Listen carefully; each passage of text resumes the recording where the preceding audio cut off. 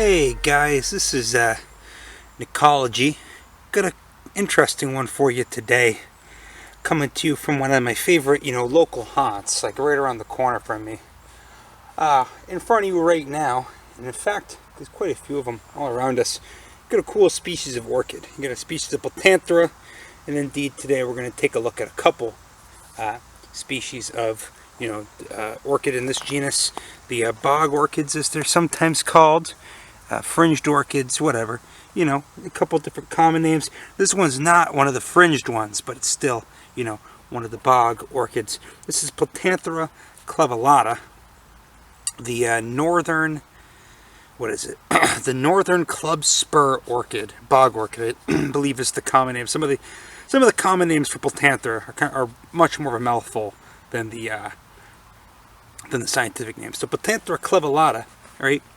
And I'll be honest with you, this one is not one of the more, not one of the most, what am I trying to say here, charismatic ones. The one that we'll take a look at a little bit is a much more, charismatic specimen than this one, Platanthera lacera, which I actually had already filmed that segment of this video ahead of time, because that one was, in full bloom last time I was here about a week ago, and this one was, basically in bud. It's still mostly in bud now, but you can see down at the bottom here, some of these flowers are nice and open.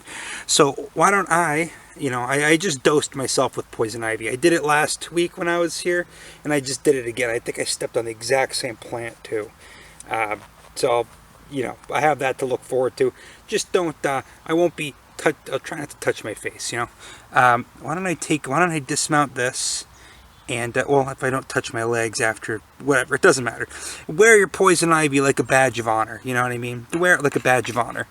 So why don't I take this thing off real quick? I'll be kind of sloppy with it. And I can get in there for you. Yeah. Hang on, sorry about this. I'm shooting at a weird angle here. So that's that flower. See that lower labellum? And there's that nectar spur that many Platanthera have underneath the ovary. Get that subtending bract. You'll see that on lacera too. That ovary, that spur. Not all the Platanthera have a real impressive nectar spur. The nectar spur on this is interesting because allegedly this is a self-pollinating plant, though I guess it still does, get visited by insects. So if I'm not mistaken, that's pretty interesting that a plant that is self-pollinating would bother, with any sort of, attractant. That is indeed a nectar spur. Not many orchids are really, putting out nectar. A lot of them are trying to use, various methods with which to trick, insects into pollinating them, and a lot of them are also, self-pollinating. Here's another one right here. This one wasn't quite as open as the one I just showed you, and there's a few others around here. If you really, really do like my videos, this spot might be familiar to you. Here's this giant upturned tree. And as you can see, we're in kind of like a boggy little seep here. There's a nice vernal pool, which is still full, still pretty freaking wet here. Lots of sphagnum moss everywhere. Here's that poison ivy that I just stepped on. And as you can hear, got an airplane flying above. Who knows how many more of these guys are, through here. This is where I shot my skunk cabbage video.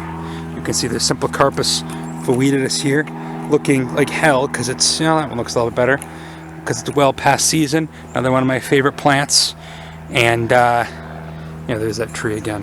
So I've shot a couple videos here. One I haven't even put together yet. Actually, the last video I shot effectively for my first year of doing these videos was shot at this location. So actually, oh wait, let me think about that for a second. No, my last video I shot last year was Cape Cod in October. I did shoot one in October here though. So one of my last videos, and then my first video, which is the skunk cabbage video, was shot here as well. It was completely dry, when I shot here in October. Most of the stuff that you see, which a lot of this, you get some persicaria. There's that persicaria. Polygonaceae, buckwheat family. No clue what species, quite a few of them. Kind of distinctive leaves on them though, hard to miss. You could obviously... Sorry about that, my camera battery just crapped out on me. What was I in the middle of saying? You get the simple Carpus foetidus, you get a ton of this Persicaria, which may or may not be invasive, because you also got, you know, Frangula ulmus here, which is a notorious, you know, invasive, even in shaded areas. Whole bunch of impatiens that basically look like the deer mow them down consistently.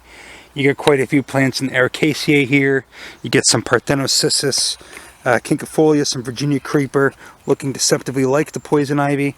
And then, you know, all this is probably just a mix of everything I just said. I see a lot of Persicaria through here, which leads me to believe that it may be some form of nefarious actor in the you know, in the plant community here. But you know, I can't confirm or deny that. And then of course, you know, who knows how many more of these little Platantheras are sneaking around nearby. Orchidaceae, Orchidoideae subfamily, mostly terrestrial orchids. And we'll go take a look at, like I said, we'll go take a look at his slightly more interesting cousin. Although, you know, I do think the Platanthera, I got a new respect for him this year. I've actually hit the ground running pretty hard. Well, not pretty hard. I've seen, you know, I think they're in one video from last year. And then you can see this, you know, this guy, you can see the fruits of them in a video that'll be putting out eventually. But I'll put a picture of what those fruits look like right about now. I was talking to an orchid guy today, was showing him my pictures, and he was like, oh yeah, it's Platanthera clavellata. He really liked this one. You could tell it apart from another related species, which I forget right now, which is a really similar, there's some sort of eagle screeching, really similar inflorescence. But this one, you can see, there's quite a few. Let me actually change the zoom for you. There you go. This one you can see, oh my bad, has you know, quite a few cauline leaves there, which the related species, or the similar looking species, which is also in the genus, so it is related, does not apparently have. Some species I'm not familiar with, or if I am, I just haven't seen it before.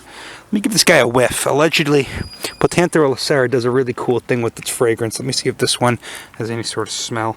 Pardon me for one moment. No. But Platanthera lacera, which we'll be looking at in a minute, you know, doesn't really have a smell. It starts producing a smell later in the day, and it's not, you know, super late in the evening right now. So let me hike myself back out of here. Platanthera clavellata, everybody. Really cool. Just another, you know, another one of those real interesting Platanthera orchids. Seems to be doing well here. There's a few of them, and they're, you know, setting fruit. So, yeah, I guess the whole self-pollination thing is working for them at least a little bit. And, yeah, we'll probably dose ourselves again with poison ivy on our way out of here. Excuse me, and that'll be that.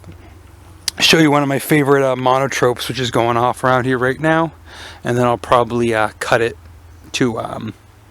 the footage I got last week of Platanthera lacera, and then there's another thing I want to show you while we're here. Yeah, okay, here we go. Here's a cool monotrope that is a you know, plant in the family Monotropoideae. This isn't one of the Echolophos ones like Monotropa uniflora, which I'm doing a plant spotlight on. This is one of the first plants that I, you know, was really able to identify with a pretty good consistency, just because it's so distinctive. This is Chimaphila maculata. These guys are a little bit done. It's got 10 anthers. Remember, anthers will have 2 thecae. Each thecae will have 2 microsporangia. And these ones are, I'll get in there even better for you. These ones are super duper freaking cool. Let me just, there we go, yeah. All right, now we can get into it. Now we're ready to party. All right, there you go. See those anthers? Porous anthers.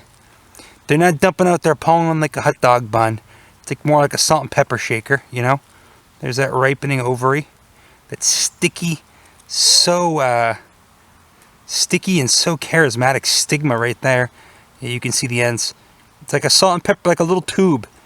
So those are each one of those. So each of those tubes, that's 2 thecae that make up a single anther. 10 stamens, so 10 anthers and the whole thing. Really, really easy to study anther morphology on these. Really massive, I guess you could say massive dongs, if I'm not being too crass in saying that.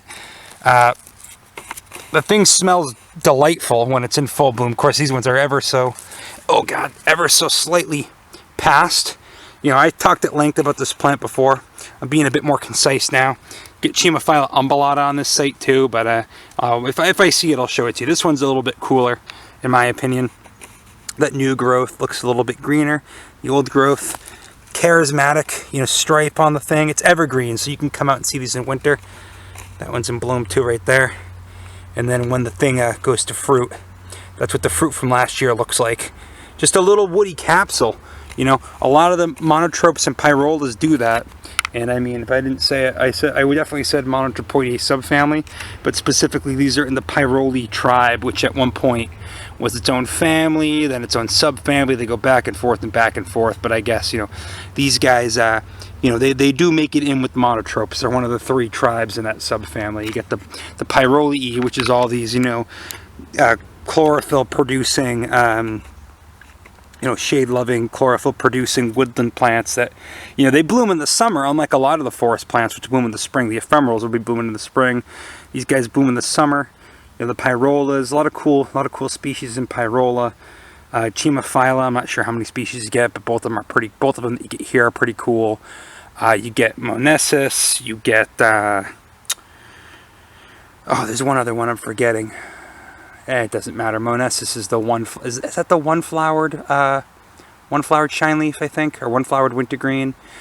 And then what's the last one? I know what the species epithet is secunda, and it's the one-sided wintergreen. Why can't I remember the genus name? I don't normally do that. It'll be below for you, but it's one I've seen. It's one that's going to be in a video that's probably going to come up before this anyway. So you'll see it, and then you'll be like, God damn it, man! You already saw that plant. It's driving me absolutely wild now. Hang on. Orthia secunda. That's the one-sided wintergreen.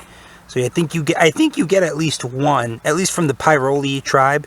I think you get at least, some of them are monotypic genera. Monesis and Orthia are both monotypic genus. So I think you get, you know, you get a wealth of representation in Monotropoideae up here in the Northeast. Some of them, like Orthia, are really, you know, broad-ranged, widely ranged, you know, plants in general. Like you'll get them in Europe, you'll get them in Asia, other places, but you know, we get quite a few. You get the Monotropa, you know, the core tribe to the subfamily with Monotropa uniflora and Hypoptes, Monotropa, which used to be Monotropa Hypoptes, and then you even get one from the there's a third very small tribe in there which has Andromeda. And it gets Andromedae as the tribe, which technically occurs in Massachusetts. Andromeda, God, I'm going to forget the name of that too. But, Pterospora is the tribe, and Pterospora andromeda is the plant that we get. You get some other ones. I think Sarcodes is in that too. That one's a pretty small tribe in the family. But, yeah, somebody had actually seen Pterospora andromeda for the first time, at least as far as I'm aware, in Massachusetts this summer. Historically, it was only known, you know, from just south of Lake Champlain. But, you know, maybe someday I'll get to see that plant. It's got a disjunct population around the Great Lakes. That this is like the eastern, you know, western, the far western New England has some waif specimens that I guess you would consider to be, you know, genetic individuals of that disjunct population, because the majority of it occurs out west. All right, that's enough of that. Go check in with our friend Platanthera lacera. I'll show you this cool member of the buttercup family that's probably going off right now, and we'll see if maybe maybe Lobelia spicata has come out around here. But other than that, that's about all I'm going to have for you. Oh yeah, take me down to Monotrope City where the plants are white and the soil is shitty. Oh, won't you please tap my mycelium for nutrients? There you go. That's Monotropa uniflora right there. That's one of the achlorophyllus ones. So that's the fungal parasite of the group. Nice patch of it here. What are you coming up under, my friend? Coming up under Oh, it's a blueberry? No, it's not a blueberry. Wait a minute. This is a giant... Oh, that's a bummer. That's that Frangulonus. That's a false buckthorn. You guys working with the roots of the false buckthorn, or is there just enough mycorrhizae in the ground, enough fungal activity in the ground for you to make do? It'd be interesting if you know. I don't know what the fungal associations of the family Rhamnaceae are, but whatever. Let's go. Sorry, we'll continue on to what we were going to look at. Okay, right in front of us here, we got a real cool orchid. Not terribly rare one. You get this all over the East Coast. It's been seen in a number of locations around this field, and I suppose I might as well get into that. So this is Platanthera lacera.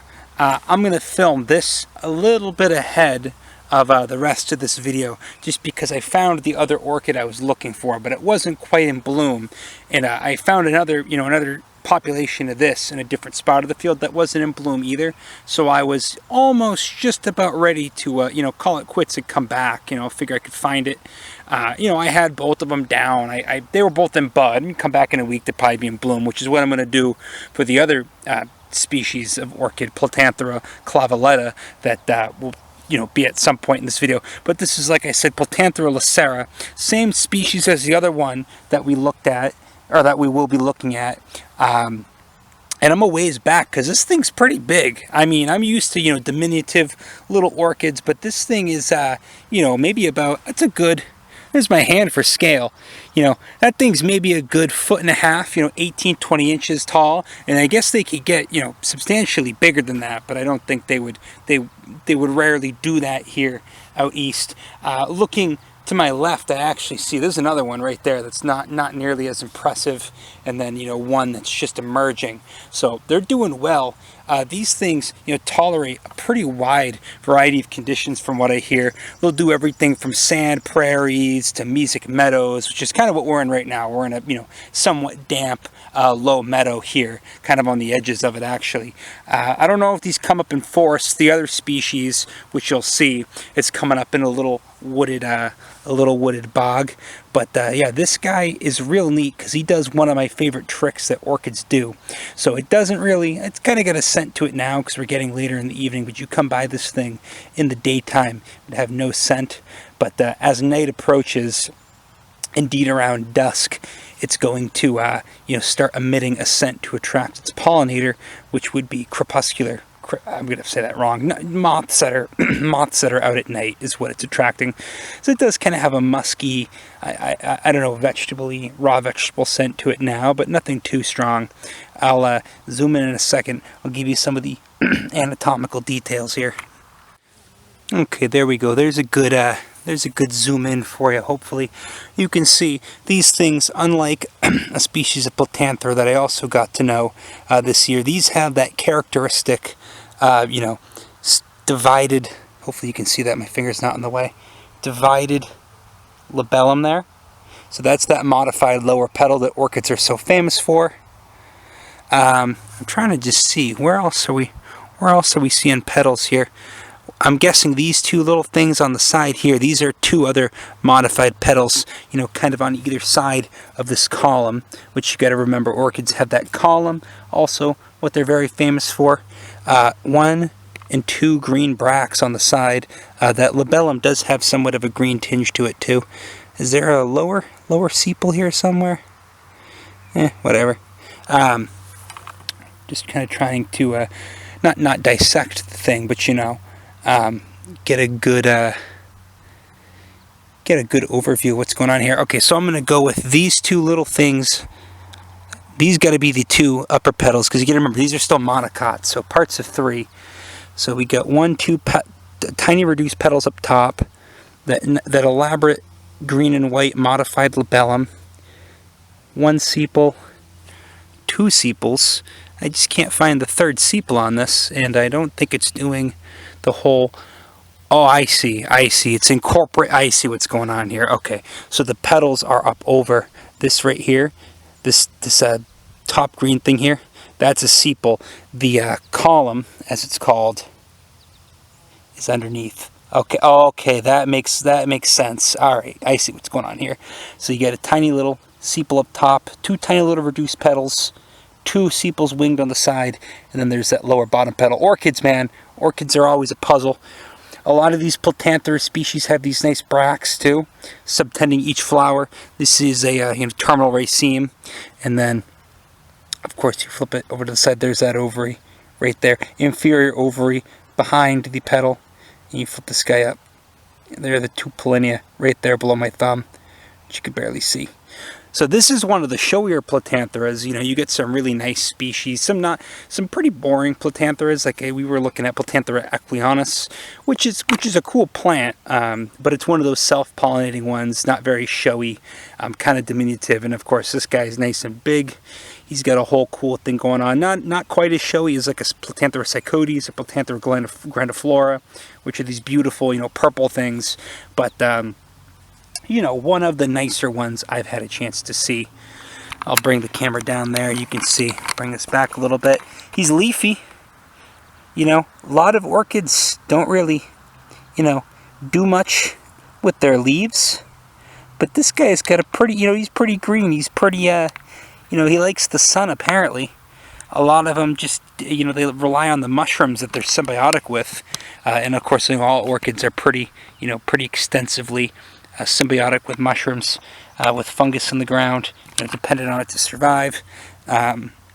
This guy seems to be doing quite a bit of the work himself. You've got some nice lanceolate sheathing. Ooh, sheathing. You like that? Sheathing leaves kind of surrounding the stem. He's pretty big. He could, could work with that. Almost looks like a grass, which of course grass is just another monocot. Yeah, what else can I say about this guy? I'm going to give him one more sniff. We'll see if he's making any more smell now. Yeah, it's got this funky, musky odor to it. It's not unpleasant, but definitely not, Platanthera psychotes, which is one I've seen, smells amazing. This kind of just has a musky, just, I hate to say grassy or vegetable smell, because it's not very descriptive, but that's what I'm getting. So we'll leave this guy be. We'll come back in a few days or a week or so. I'll show you this other species of orchid. We'll check in on a few other plants that we've got going on here. This is I don't want to blow up the spot anymore, because I've kind of realized this is a pretty good spot to come hunt for orchids. I've seen quite a few species here at this point, and it's not a very well-known excuse me, I get pollen flying up my nose. Not a very well-known spot for that sort of thing. So I'm going to keep it under wraps for now. Platanthera, lacera. Looks like you still got a few good flowers on them up at the top, ready to go off. There's another individual right there. Just not as far along. And then it looks like there's a third one right there. Again, just looking like grass until they go off. So we'll leave it there for now. And there'll be some add-ons to this video, so don't you worry. This is just one segment of what's going to be a fairly compact video. I just want to show you these two cool species of Platanthera growing. Essentially, right here in my backyard. Not literally my backyard, but within a 2 or 3 minute drive of my house. And I couldn't find this guy last year, despite how much I looked for him. I think it was too dry. But they seem to be having, like many orchids I've heard, having a banner year this year with all the rain and all the humidity we've had. So I will jump to the next segment and I'll let you enjoy. Okay, what I would have just shown you a second ago was the video I shot last week when most of these guys, these nice gentlemen here, were just in bud. This rather impressive one here was the individual I was looking at, and as you can see, those flowers. I'll get out of here. It's one of those freaking invasive.